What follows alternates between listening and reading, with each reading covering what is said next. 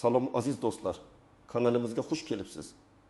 Bugun men siz bilan shunchaki bir mavzuni emas, balki har birimizning hamyonimizga bevosita ta'sir qiladigan, moliyaviy barqarorligimizga jiddiy iz qoldiradigan muhim o'zgarishlar haqida gaplashmoqchiman. Hozir sizga aytadiganlarim nafaqat sizning, balki butun oilangizning kelgusi oylardagi byudjetiga jiddiy ta'sir ko'rsatishi mumkin. O'ylamanki, bu sizga taalluqli emas. Yo'q, aksincha, bu har biringizga, har bir xonadonga bevosita aloqador masala. Ko'pchilik bu o'zgarishlardan bexabar, ularga yetarli e'tibor bermayapti va natijada katta yo'qotishlarga duch kelmoqda. Ba'zilar keragidan ortiq to'lovlarni amalga oshirayotgan bo'lsa, boshqalar o'zlariga tegishli bo'lgan imtiyoz va yengilliklardan bexabar qolib, ulardan foydalana olmayapti. Shuning uchun bugungi videomizni oxirigacha diqqat bilan tomosha qiling. Chunki bu ma'lumotlar sizni juda katta sarf xarajatlardan qutqarishi yoki sizga qo'shimcha imkoniyatlar yaratishi mumkin. Hozirgi kunda amalga oshirilayotgan islohotlar, ayniqsa kommunal xizmatlar sohasida oldingi yillarga nisbatan butunlay boshqacha yondashuvni talab qilmoqda. Agarda siz bu videodan birgina foydali ma'lumotni o'zlashtirsangiz ham, bu allaqachon katta yutuq bo'ladi. Shu sababli videoni boshlashdan avval iltimos kanalimizga obuna bo'lish tugmasini bosing va ushbu videoga like qo'yishni unutmang. Bu biz uchun katta motivatsiya va siz uchun muhim ma'lumotlarni o'tkazib yubormaslik kafolati bo'ladi. Muammoning ildizi xo'sh, muammoning ildizi nimada? Keling, avvalgi holatni va hozirgi o'zgarishlarni solishtirib ko'raylik.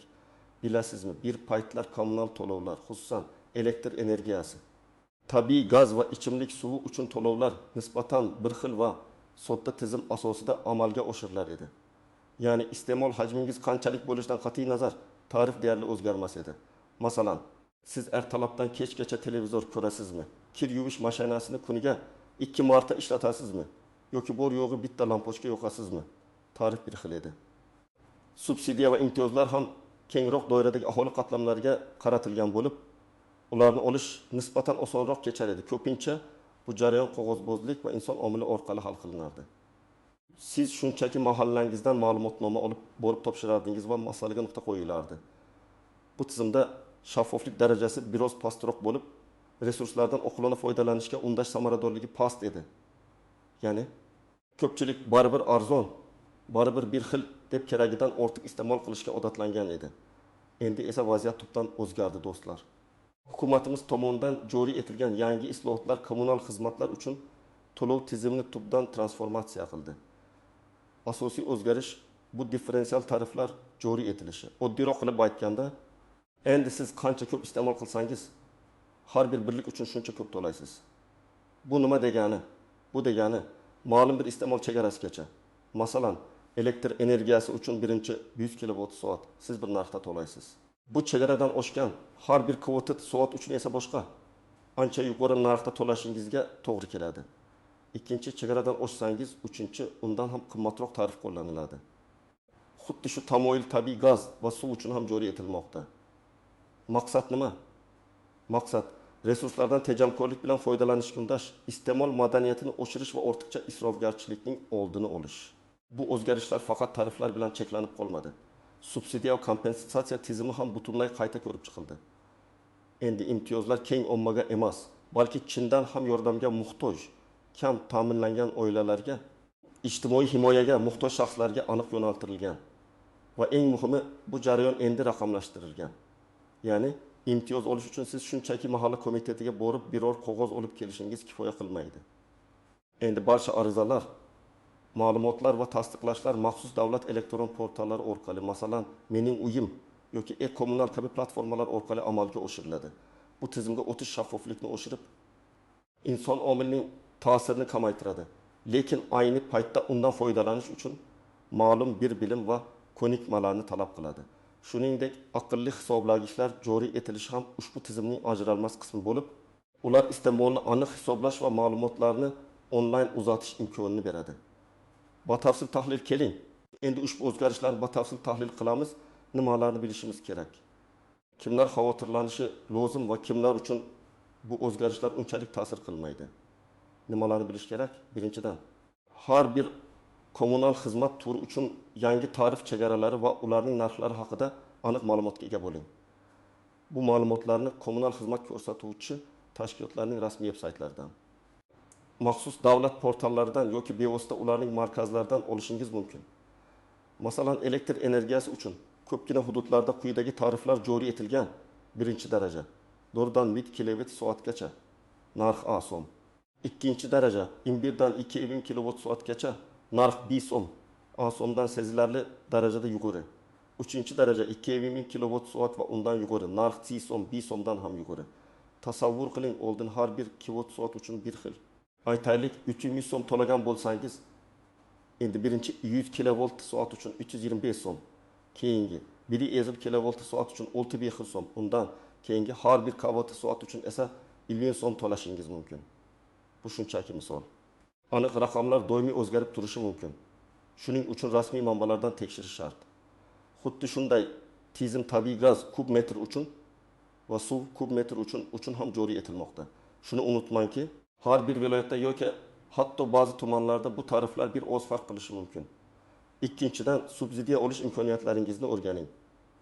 Agar sizning oilangiz kam ta'minlangan deb topilsa, nogironligi bo'lgan shaxslar mavjud bo'lsa, yolg'iz pensionerlar yoki boquvchisini yo'qotgan oila a'zosi bo'lsangiz, sizga kommunal xizmatlar uchun ma'lum miqdorda subsidiya yoki kompensatsiya ajratilishi mumkin. Bu imtiyozlar har oyda belgilangan miqdordagi iste'mol uchun to'lovlarni qoplash yoki ma'lum bir foizini kamaytirish ko'rinishida bo'lishi mumkin. Lekin yuqorida aytib o'tganimdek, endi bu imtiyozlarni olish avtomatlashtirilgan tizim orqali amalga oshiriladi va buning uchun siz ma'lum bir mezonlarga javob berishingiz hamda tegishli hujjatlarni elektron shaklda taqdim etishingiz kerak. Kimlar xavotirlanishi lozim? 1. Yuqori iste'molchilar. Agar sizning xonadoningizda katta elektr jihozlari ko'p bo'lsa, qishda elektr isitgichlardan yoki yozda konditsionerlardan faol foydalansangiz, gaz uchun katta xonadonlarni isitishda juda ko'p gaz sarflansa, suvdan isrofgarchilik bilan foydalansangiz, endi sizning to'lov chekingiz sezilarli darajada oshishi mumkin.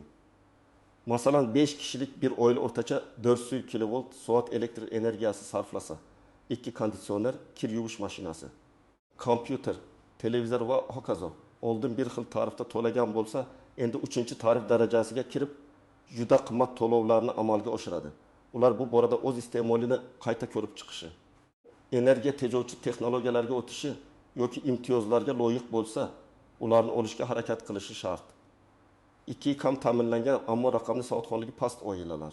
Agar siz kam ta'minlangan oila hisoblansangiz va sizga subsidiya kerak bo'lsa-yu, ammo elektron davlat xizmatlari portallari bilan ishlashda qiyinchiliklarga duch kelsangiz, bu siz uchun jiddiy muammo bo'lishi mumkin. Siz o'z haqqingiz bo'lgan imtiyozlarni ololmay, keragidan ortiqcha to'lovlarni amalga oshirishingiz mumkin. Masalan, keksaygan yakka yashovchi pensioner har oyda kommunal xizmatlar uchun kompensatsiya olishi kerak edi. Ammo yangi tizimga o'tish uchun internetdan foydalanishni bilmagani yoki hujjatlarni elektron shaklda topshirishda yordam beradigan odami bo'lmagani uchun o'z haqqini ololmayapti va to'liq tarif bo'yicha to'lashga majbur bo'lyapti. Eski hisoblagich egalari, agar sizning uyingizda hali ham eski turdagi aqlli hisoblagichlar o'rnatilmagan bo'lsa, sizning iste'molingizni aniq kuzatish va yangi differensial tariflar bo'yicha hisoblashda ba'zi noaniqliklar yuzaga kelishi mumkin. Ba'zi hollarda bunday hisoblagichlar egalariga o'rtacha iste'mol bo'yicha tarif qo'llanilishi mumkin. Bu esa ko'pincha real iste'moldan yuqori yoki past bo'lishi mumkin. Shuning uchun aqlli hisoblagichga o'tishni tezlashtirish haqida o'ylashingiz kerak. Kimlar uchun bu o'zgarishlar unchalik ta'sir qilmaydi yoki foydali bo'ladi? Tejamkor iste'molchilar. Agar siz doimiy ravishda elektr energiyasi, gaz va suvni tejab ishlatadigan, iste'molni minimal darajada ushlab turadigan inson bo'lsangiz, yangi tariflar sizga unchalik ta'sir qilmaydi, balki aksincha, birinchi darajali tarif chegarasida qolib, avvalgidan ham arzonroq to'lovlarni amalga oshirishingiz mumkin. Masalan, bir kishilik yashaydigan talaba xonadoni oyiga 810 kilovolt soat elektr energiyasi sarflaydi. Yangi tizimda u birinchi, eng arzon tarif bo'yicha to'laydi va uning kommunal to'lovlari deyarli o'zgarmaydi. Ba'zi hollarda hatto kamayishi mumkin. 2. Raqamli savodxonligi yuqori va imtiyozlarga ega bo'lgan oilalar. Agar siz imtiyozlarga ega bo'lsangiz va ularni elektron platformalar orqali rasmiylashtirishni bilsangiz, siz bu o'zgarishlardan faqatgina foyda ko'rasiz. Misol uchun 3 farzandi bor, kam ta'minlangan oila raqamli portal orqali barcha zarur hujjatlarni topshirib subsidiya oldi. Natijada ularning kommunal to'lovlarining yarmi davlat tomonidan qoplandi.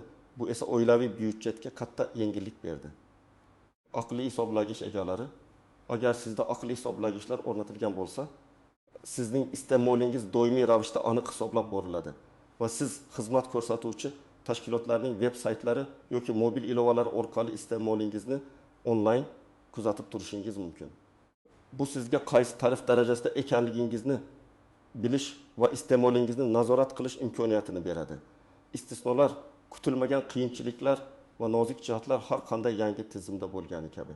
Bu islohlarda ham bir qator istisnolar, kutilmagan qiyinchiliklar va nozik jihatlar mavjud. Ularni bilish sizga tizimga tezroq moslashishga va muammolarning oldini olishga yordam beradi. Istisnolar 1. Mintaqaviy farqlar. Shuni yodda tutingki, kommunal xizmatlar tariflari va subsidiya berish tartiblari butun mamlakat bo'ylab bir xil bo'lmasligi mumkin.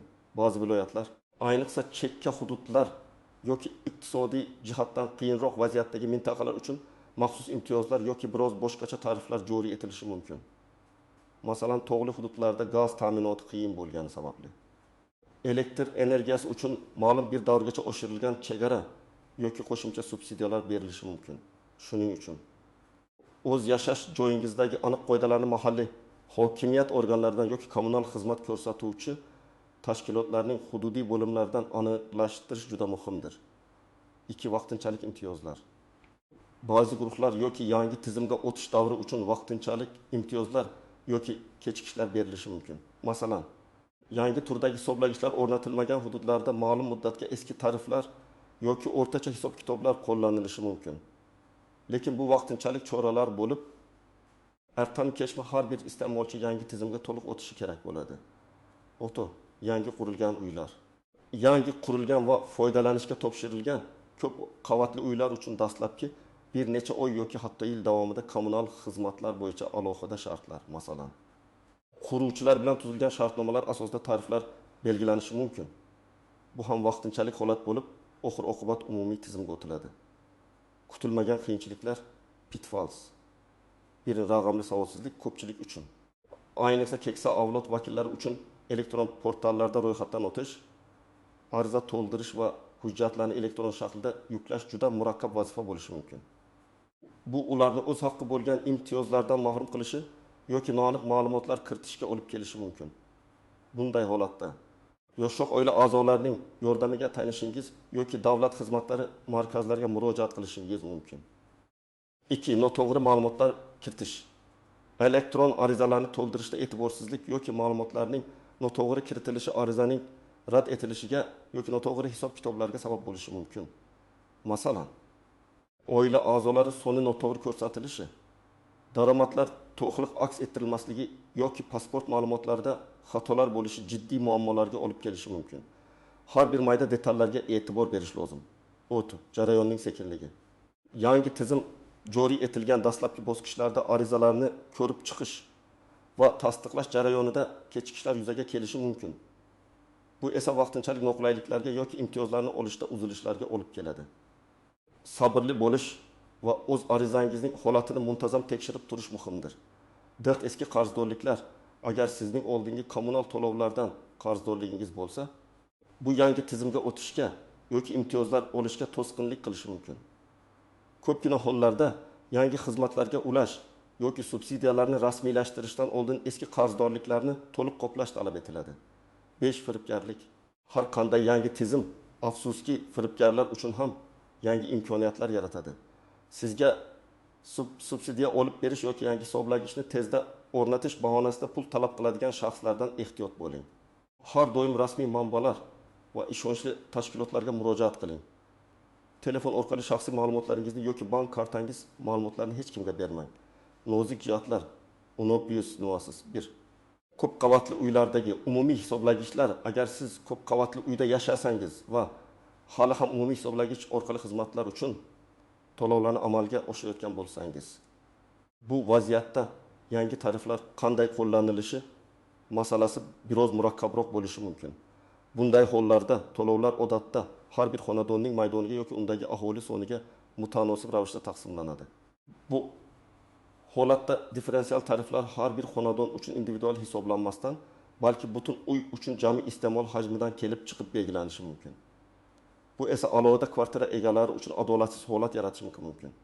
Chunki siz kam iste'mol qilsangiz ham qo'shnilarning yuguri iste'moli tufayli qimmatroq tarif zonasiga tushib qolishingiz mumkin. Bu muammoni hal qilish uchun har bir kvartiraga individual aqlli hisoblagichlar o'rnatishni talab qilish yoki uy boshqaruvi shirkatidan aniq hisob-kitob metodologiyasini talab qilish kerak. 2. Ijarachilar va mulk egalari. Agar siz ijarada yashayotgan bo'lsangiz, kommunal to'lovlarni kim to'lashi va imtiyozlarni kim rasmiylashtirishi kerakligi masalasini ijara shartnomangizda aniq belgilab olishingiz shart. Odatda ijarachilar iste'molga qarab to'lovlarni amalga oshiradilar. Ammo subsidiya olish huquqi ko'pincha mulk egasiga yoki uning nomidan ro'yxatdan o'tgan oila a'zosiga tegishli bo'lishi mumkin. Bu borada kelishmovchiliklarga yo'l qo'ymaslik uchun shartnomani diqqat bilan o'qib chiqing va barcha shartlarni oldindan muhokama qiling. 3. Mavsumiy iste'mol.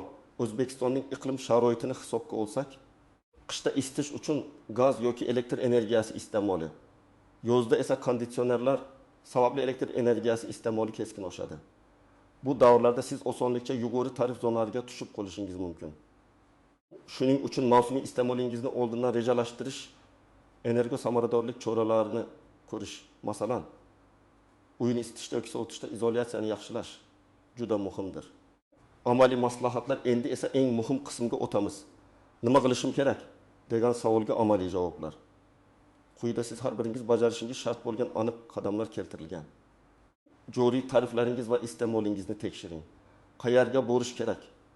Birinchi navbatda hududiy elektr tarmoqlari EJEY, hudud gaz ta'minot EJEY va suv ta'minot EJEYning rasmiy veb saytlariga kiring. U yerda siz o'z hududingiz uchun joriy etilgan differensial tariflar jadvalini topishingiz mumkin. Shuningdek, ularning mobil ilovalari yoki shaxsiy kabinet tizimlari orqali avvalgi oylardagi iste'molingizni ko'rib chiqing. Nimalarni tekshirish kerak? Har bir xizmat turi, elektr, gaz, suv bo'yicha birinchi, ikkinchi va uchinchi tarif darajalari uchun belgilangan chegaralarni kW soat kub metr va har bir chegara uchun bir birlik narxini yozib oling. O'zingizning o'rtacha oylik iste'molingizni shu chegaralar bilan solishtiring. Bu sizga qaysi tarif zonasiga tushishingizni tushunishga yordam beradi. Hujjatlar. Oldingi oylardagi to'lov cheklaringizni yoki hisob-kitob yozuvlaringizni ko'rib chiqing. 2. Elektron portallarda ro'yxatdan o'ting va shaxsiy kabinet oching. Qayerga borish kerak? Davlat xizmatlari markazlarining yagona portali Gov.uzga kiring. Bu yerda siz barcha davlat xizmatlaridan, shu jumladan kommunal xizmatlarga oid ma'lumotlar va subsidiyalar uchun arizalardan foydalanishingiz mumkin. Shuningdek, Mening uyim yoki e-kommunal kabi maxsus platformalar ham mavjud bo'lishi mumkin. Nimalarni qilish kerak? Saytda ro'yxatdan o'ting. Buning uchun sizga pasport ma'lumotlari, JSHIR shaxsiy identifikatsiya raqami, mobil telefon raqami va elektron pochta manzili kerak bo'ladi. Ro'yxatdan o'tish va shaxsiy kabinet ochish jarayoni batafsil ko'rsatmalar bilan ta'minlangan bo'ladi.